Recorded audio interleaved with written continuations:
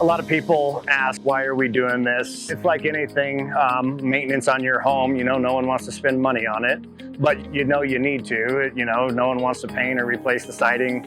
Same thing with the permeable paver system. It's just one of those expensive, it's there, but if it's not managed, and we do get a historic rain, the cost of not maintaining one of these and flooding a house or flooding a business is far greater than maintaining a permeable system once a year.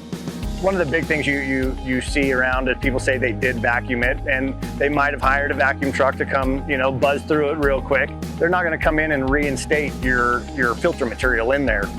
You might hire them to come in and sweep it once, and if they're actually pulling out some of that joint material, you're leaving void space in there for, in the next week or two for cigarette butts, leaves, mulch to actually get in there and cause more problems.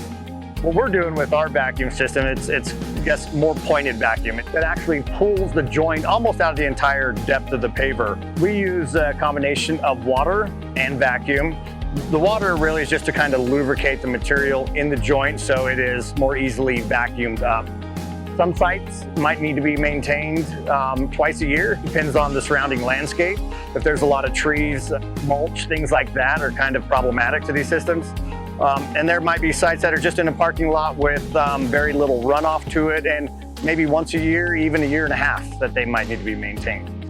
Post new construction, these systems can take on anywhere up to 800 inches an hour. If not maintained, it can be choked down to zero. You should never see a standing water on a permeable system.